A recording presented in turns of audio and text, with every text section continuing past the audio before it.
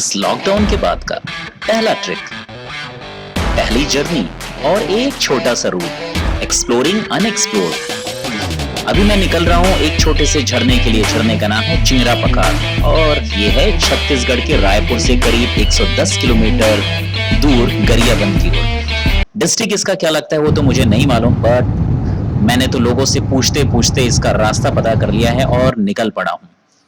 और आप भी हैं मेरे साथ में, छोटे रास्ता छोटे आगे जाने गलियों का। से होते हुए आज हम यहाँ पर पहुंच रहे हैं। लग रहा आज मैं अपना रास्ता भूल गया हूँ। भूलने का मतलब है कि इतनी सारी गलियां निकल आती हैं ना, और कहाँ तक ऐसे सब कुछ याद रहेगा। ओह ये क्या, वाह देखा आपने,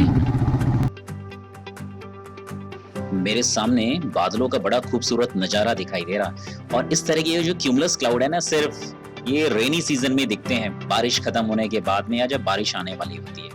आहा, मन कर रहा हूँ ऊपर देखूं, फिर लगता है कि नहीं, ऊपर देखने से कहीं ज्यादा जरूरी है कि मुझे बस नीचे देखते रहना चाहिए।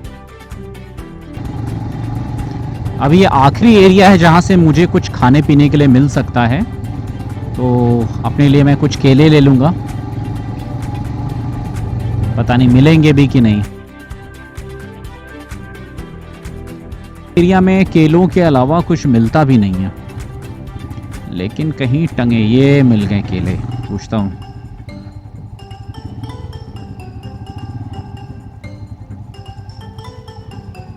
शॉर्ट डिस्टेंस राइड के लिए ना मैं थोड़ा सा केयरलेस हो जाता हूँ। लॉन्ग डिस्टेंस जब भी कवर करना रहता है तो मेरे पास में सफिशिएंट फूड होता है जो मेरे को कई दिन तक सर्व कर सकता है। मुझे मालूम है कि केले इस गर्मी की वजह से ना पिचपिचे हो जाएंगे और पता नहीं मैं खा भी पाऊंगा कि नहीं।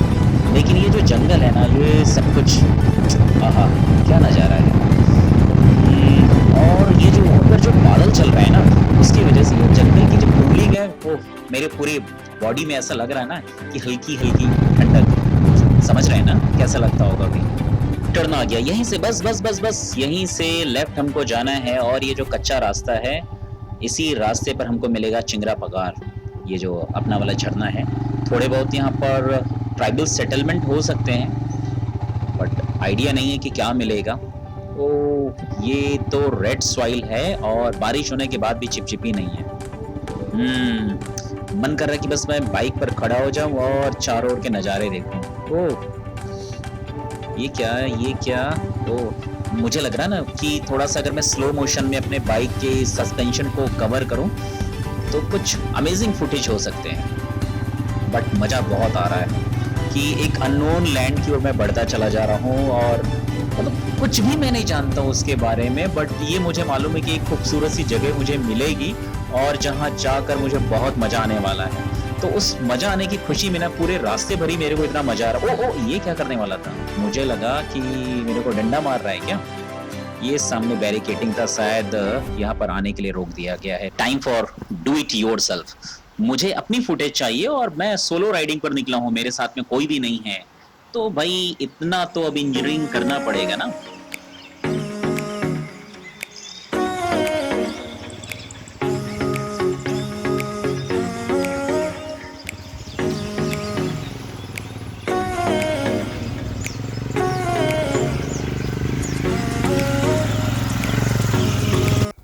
तो आखिर यहाँ तक तो पहुँच गए।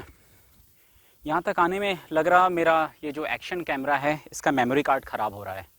काफ़ी कुछ सोच के आए थे कि आज तरह तरह की रिकॉर्डिंग करेंगे, तरह तरह के शॉट लेंगे और एक अच्छी डॉक्यूमेंट्री फिल्म बना पाएंगे। लेकिन शायद कैमरा बहुत ज़्यादा हीट हुआ है, मेमोरी कार्ड भी काफ़ी ज़्यादा गर्म हो चुका है। वैसे मौसम भी यहाँ का काफ़ी गर्म है। पिछले 40 मिनट से मैं इस जंगल में घूम रहा हूँ और अभी तक मुझे मेरे अलावा और कोई भी नहीं यहाँ पर दिखाई दे रहा है। तो अच्छा लग रहा है कि एक इस तरह के वर्जिन फॉरेस्ट में पहुंच पाना अपने आप में बड़ी बात होती है। और आमतौर पर जब हमको किसी एक ऐसी जगह के बारे में मालूम होता है कि जहाँ पर वाटरफॉल है, फॉरेस्ट है, तो वहाँ पर पब्लिक गैदरिंग बहुत ज़्यादा होती है। तो बिना पब्लिक गैदरिंग के भी मैं किसी अच्छी जगह पर हूँ। मेरा लगभग 100 किलोमीटर का जो रास्ता था वो हाईवे का था, जिसकी वजह से मैंने इतनी हैवी जैकेट पहनी हुई थी अपनी सेफ्टी के लिए। लेकिन मुझे लग रहा कि अब मैं जंगल के बीच में हूँ, इसलिए इस तरह की जैकेट का कोई मतलब नहीं है। मैं जैकेट सोच रहा हूँ उतार के मैं रख दूँ। ओ काफ़ी रिलीफ मिल रहा, पसीने से पूरी तरह से भीग चुका हूँ। पता नहीं ये छत्तीसगढ़ में इतनी ह्यूमिडिटी, उमस कब ख़त्म होगी। शायद इतनी देर में मेरा कैमरे का मेमोरी कार्ड कुछ ठंडा होकर सही हो जाए। भूख भी लग रही है। खाने के लिए मेरे पास में ज़्यादा तो कुछ नहीं है, केले हैं। मैं सोच रहा हूँ कि एक केला तो मैं यहीं निपटा देता हूँ। तो आगे अभी 2 किलोमीटर और जाना है। मुझे मालूम नहीं है कि आगे का रास्ता बाइक वाला है या नहीं है, क्योंकि ये रास्ता भी काफ़ी ख़राब हो चुका है। बारिश में बड़ी बड़ी गाड़ियाँ लग रहा है यहाँ से निकली हैं, गांव वालों के ट्रैक्टर वगैरह, जिसकी वजह से भी ये रास्ता ना तो पैदल निकलने वाला है ना बाइक के साथ वाला है।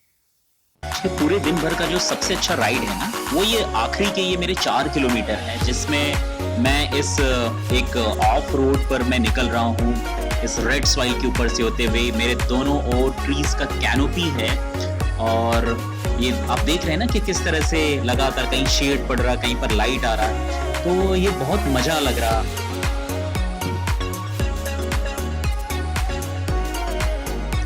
ये लग रहा मेरे बाइक की फाइनल एक पार्किंग मिल गई। यहाँ से 2 रास्ते हैं, या तो मैं वाटरफॉल का जो टॉप है वहां तक जाऊं, जो जिसको क्लिफ बोलते हैं, दूसरा कि वाटरफॉल का पूल। तो मैंने पहले क्लिफ की ओर जाने का डिसाइड किया है। करीब 2 घंटे का एक ट्रैकिंग है। रास्ता काफ़ी अच्छा है, जिस तरह के ग्रेवल्स एंड पेबल्स पड़े हुए हैं, ऐसा लग रहा है कि लोग आते जाते हैं इस रास्ते से काफ़ी ज़्यादा। आज एक थोड़ी सी दिक्कत मैंने ये की है कि मैं अपने बूट पहन के जा रहा हूँ, थोड़ा सा सेफ्टी को ध्यान में रखते हुए।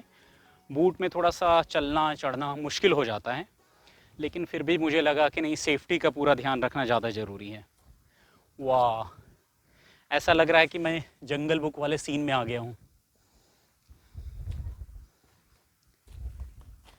ओह, मुझे मालूम है कि स्टार्टिंग के 3-4 मिनट तो कुछ नहीं होगा, लेकिन उसके बाद में दम फूलेगा। रास्ते में जो सबसे अच्छी चीज़ है कि दोनों ओर काफ़ी घने पेड़ हैं। इतनी तेज़ धूप होने के बाद भी कहीं पर एहसास नहीं होता है, लेकिन है कि चलने में, वो भी इतनी सीधी खड़ी चढ़ाई पर, इतनी ज़्यादा ताकत लगती है कि लगता है कि पूरी बॉडी एक तरह का हीट इंजन हो गई है।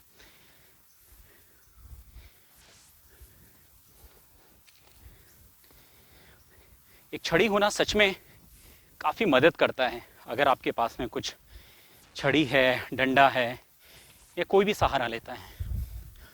वैसे अभी तक इसका ज़रूरत तो नहीं पड़ा है, लेकिन शायद आगे पड़ेगा।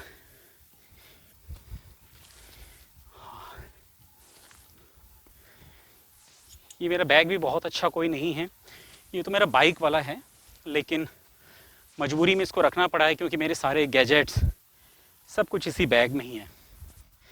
गैजेट के नाम पर ऐसा कुछ नहीं, सिर्फ एक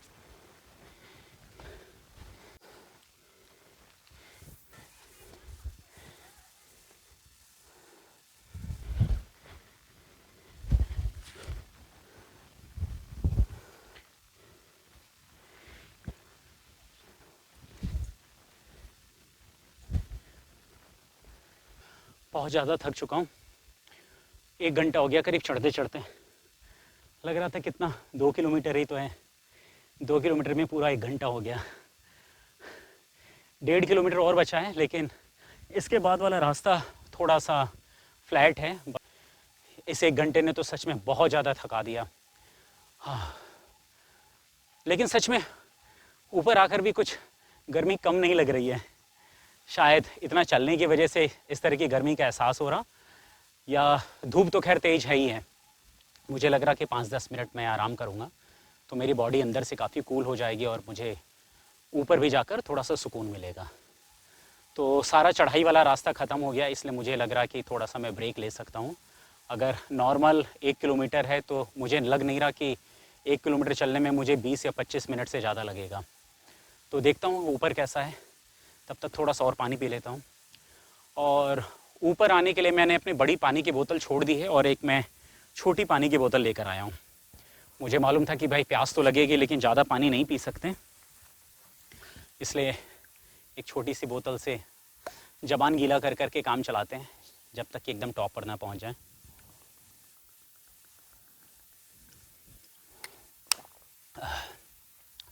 जंगल की एक और ख़ास बात है कि जब आप आते हैं ना, और आपको जंगल के बारे में कुछ भी नहीं मालूम होता है, तो लगता है कि हाँ सब पेड़ पौधे ही तो हैं। लेकिन अगर इसके बारे में नॉलेज होती तो कहानी कुछ और होती। कौन से पेड़ की पत्ती का क्या होता है, वो जहर होती है, दवा होती है या किसी और काम आती है, जंगली जानवर इस पत्तियों को खाते हैं नहीं खाते हैं, तो ये सारी जानकारी मुझे बिल्कुल भी नहीं है। और ऐसा एक भी पेड़ नहीं दिखाई दे रहा इस जामुन के पेड़ के अलावा जो मेरे ठीक सामने है, जिसको मैंने कभी भी पहले कहीं देखा होगा। बस एक ही चीज़ मैं मनाता हूँ कि सेफ निकल जाए।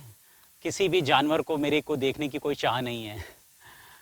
लोग तो जानवर देखने के लिए काफ़ी पैसे खर्च करने के लिए तैयार होते हैं और नेशनल पार्क में जाते हैं, लेकिन जब मैं अपनी बाइक राइडिंग से कान्हा नेशनल पार्क के बीच में से निकलता हूँ मॉर्निंग में, तो मैं हर रोज़ यही मनाता हूँ कि मेरा पूरा दिन ऐसे निकल जाए और मुझे टाइगर के दर्शन ना हो, क्योंकि पता नहीं वो क्या रिएक्शन होगा कि अगर अचानक से मैं कहीं निकल रहा हूँ और उसी पगडंडी पर मुझे बाघ मिल जाता है। तो मैंने कुछ वीडियो देखे हैं कि बाघ लोगों को बिल्कुल रास्ते में चलते हुए दिख गया, लोग बाइक चलाकर वहीं रुक गए हैं और वेट कर रहे हैं कि जब तक वो टाइगर वहाँ से नहीं जाता तब तक लोग हिलते नहीं हैं। लेकिन ये काफ़ी ख़तरनाक मोमेंट लगता है मुझे, शायद मैं मेंटली अभी इसके लिए तैयार नहीं हूँ। इसलिए मैं यही मनाता हूँ कि नहीं, मेरे को डोमेस्टिक एनिमल ही देख लेने दो अपने आसपास में, बड़े जानवर और ख़ास तौर से एक कैट वाली प्रजाति, इससे मैं जितना दूर रहूँ उतना अच्छा है। अब चूँकि आगे चढ़ाई बहुत ज़्यादा नहीं है, इसलिए रास्ता देखने के लिए और उसको शूट करने के लिए मैं अपने इस गिम्बल को यूज़ करूँगा। मेरे पास में गिम्बल है और आगे का रास्ता मैं पूरा इसके साथ में तय करने की कोशिश करूँगा। 10 मिनट चलने के बाद में मैं बिल्कुल क्लिफ तक पहुंच चुका हूं और अभी मैं यहाँ पर कुछ भी बोलने वाला नहीं हूँ, क्योंकि जो पानी की आवाज़ आ रही है वो इतनी अच्छी है और मैं नहीं चाहता कि मेरे बोलने की वजह से, मेरी बकबक करने की वजह से आपको पानी की आवाज़ मिस हो जाए। तो ध्यान से सुनते रहिए।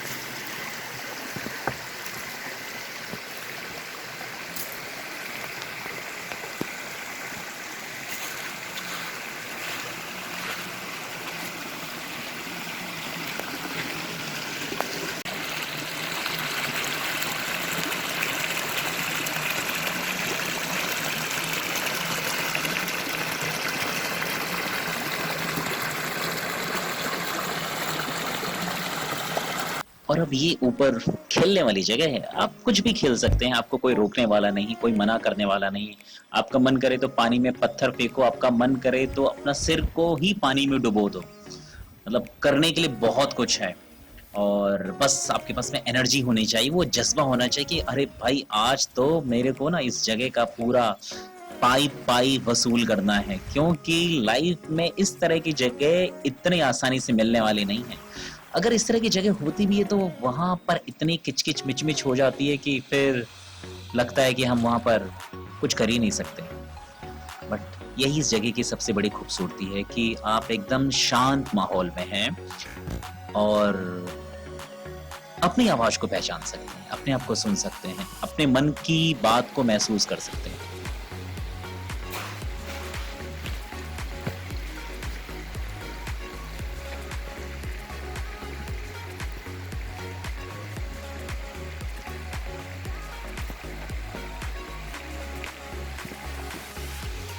आज तो बिल्कुल झरने के ऊपर हैं, अच्छा लग रहा। हमेशा झरने के नीचे होते हैं, नहाने का मौका मिलता है। खैर नीचे से देखने का नज़ारा भी अलग होता है। अब इसके बाद में मैं नीचे की ओर जरूर चलूँगा, लेकिन ऊपर आए हुए कितना टाइम हो गया पता ही नहीं चला।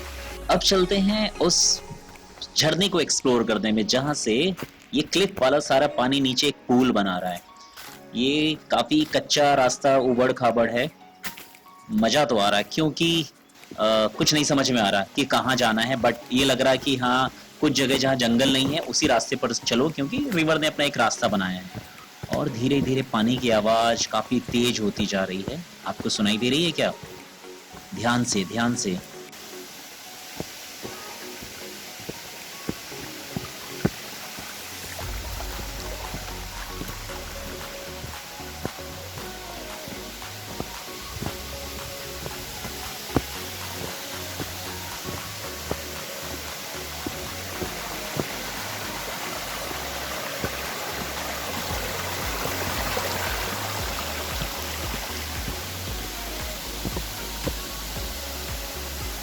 रास्ता बदल गया है।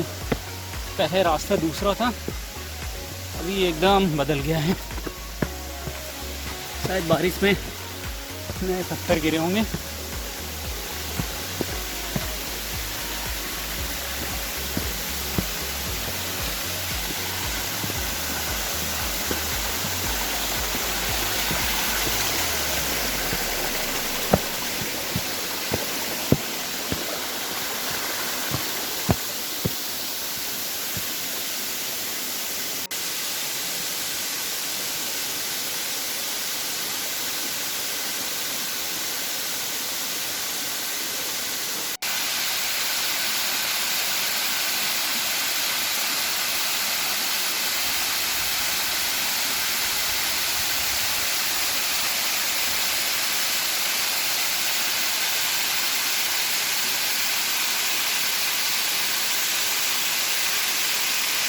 फाइनली ढूंढ ही लिया चिंगरा पगार को। झरना बहुत मस्त है, और ऐसे कुछ आप भी ढूंढिए अपने आसपास लोगों से पूछते हुए।